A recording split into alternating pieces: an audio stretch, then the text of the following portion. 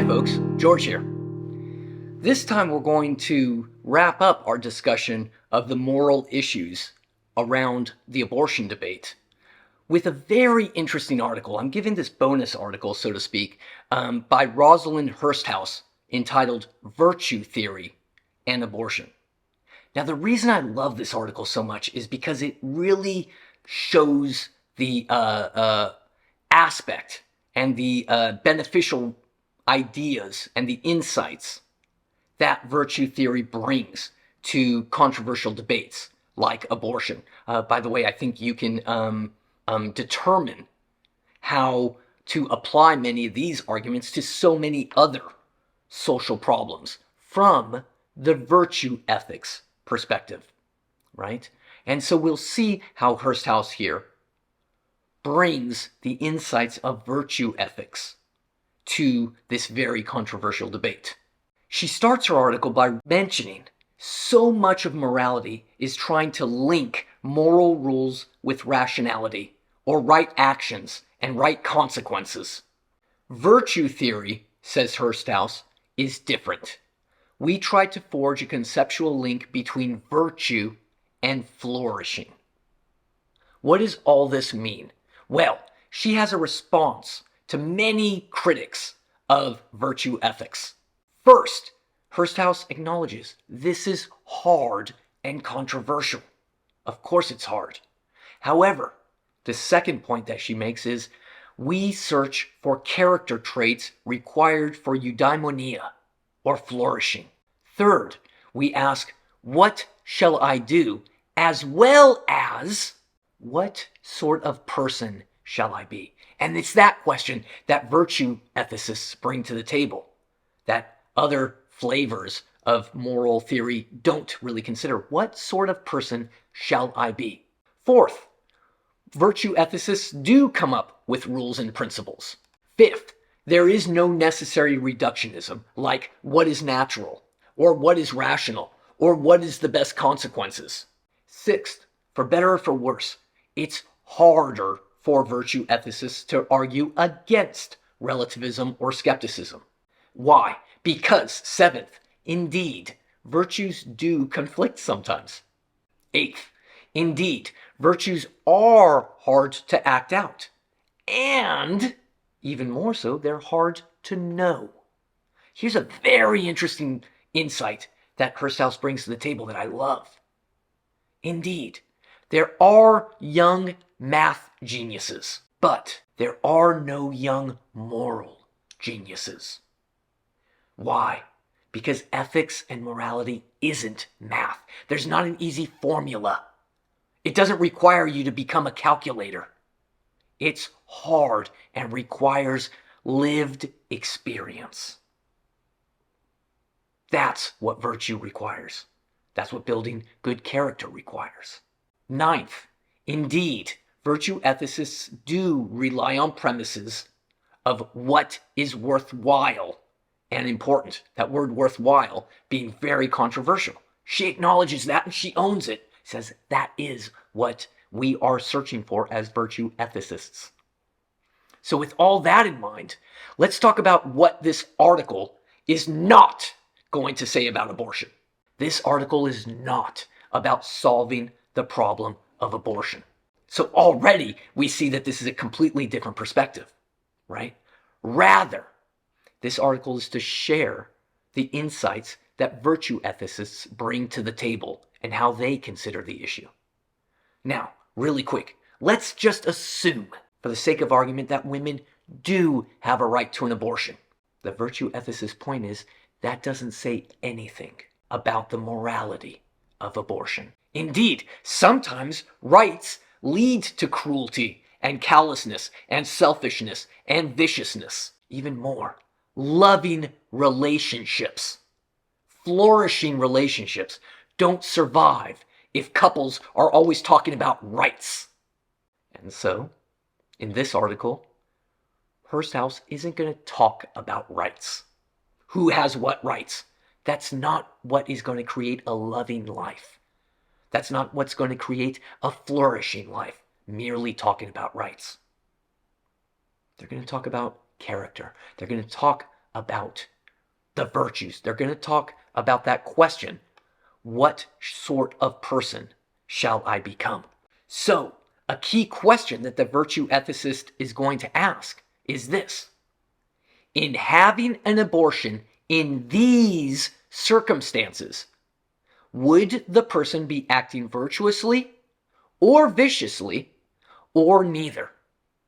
That's fascinating to me because we remember from Aristotle, circumstances matter. We had to find in Aristotle that golden mean, do we recall? Sometimes courage, the virtue of courage, entails going into battle and fighting a battle, Aristotle reminds us. But in other circumstances, the golden mean requires to run away from battle. That's what's fascinating about Hursthouse's article here. In these circumstances, is it virtuous to have an abortion? Is it vicious to have an abortion? Or maybe neither. Now, regarding the status, the metaphysical status of the fetus, this is just a hard question. Is the fetus a person, yes or no? That's a hard metaphysical question. I'm not sure if I'm the same person as I was yesterday, if you ask certain philosophers. So asking about the metaphysical status of a fetus is a ridiculously hard question that Hursthouse is going to back away from and say, I'm not going to deal with that. Furthermore, the status of the fetus is irrelevant to the rightness or wrongness of abortion. Here's her point. How do the biological facts figure in the reasoning of virtuousness or non-virtuousness? By the way, pregnancy is not just one condition among many other physical conditions. Pregnancy is a worthwhile condition. And that's where Hursthouse acknowledges she's going to get into trouble with some people. But pregnancy is not like getting a haircut. Pregnancy is not like getting my appendix taken out. And to say so is just wrong. Pregnancy has to do with life and death and parenthood and family. These are all very serious matters. Denying that pregnancy is about life and death and parenthood and family and all of these other serious matters, denying that gives us the wrong view on all of these things. And it's terribly callous. After all, Hursthouse reminds us, how do you talk to people who have had miscarriages? I've had a friend who had a miscarriage.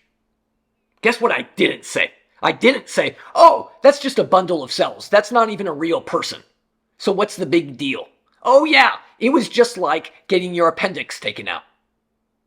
Of course, I didn't say that. Why not? Because pregnancy is different. That's Hursthouse's point. And to deny that difference is extremely callous. Going back to the point that I really liked that Hursthouse made earlier, this is all very hard for young people to grasp. Why? Because it requires real lived experience. You need real experience, real life. You need to be mature. You need to have experiences, to have seen life, to really acknowledge these things. By the way, let's consider some circumstances where abortion is not vicious. Abortion is not vicious when we're talking about a mother's health. Abortion is not vicious when there's been excessive childbearing on the part of the mother. Abortion is not vicious when a mother finds herself in a terribly demanding job that she's forced to do. Abortion is not vicious when we step into those circumstances. But those circumstances also shows that there is something amiss with the conditions of their lives, which are making it impossible for them to live really well. That's what I love about the virtue ethics insights here. she's not talking about the rights. And you do see this in the abortion debate sometimes, don't you? When people say, oh, you suppose, and you do say that you love children and that you love a fetus's right to life. But once the fetus is born, then certain politicians ignore the well-being of the mother and of the fetus, of the baby, the newborn baby. That's exactly Hursthouse's point here. Virtue is about having the right attitude towards human life and death. The key question here is this life of hers a good one? Is she living well? This is going to be hard for some of us to swallow, but Hursthouse is going to claim that motherhood is a worthwhile part of a flourishing life. Having an abortion simply because it interferes with my dreams might show that you care too much about that dream. You're out of whack regarding proper values in your life. Being a mother is a worthwhile goal and part of a flourishing life. Someone's dreams who says, oh, I'm having an abortion because I have the dreams to go do other things with my life. Hursthouse is going to say such claims might depend on some false ideals of freedom and self-realization. That's what makes Hursthouse's article here so insightful, because it makes me really reconsider everything we've been talking about regarding abortion debate. Right, wrong. I have a right to my body. This thing has a right to life. Hursthouse is reminding us morality is about living well. And sometimes, given certain circumstances, abortion might be virtuous. In other circumstances, abortion might be vicious. But we have to have the lived experience, the wisdom, the maturity, the moral maturity to really tackle these questions and address that question. Is that a life well lived? Is that a life well lived? And that's a question I do not see asked a lot in the abortion debate. So I'm very grateful to Rosalind Hursthouse for bringing these points to us through the avenue of virtue ethics. See you next time. Bye-bye.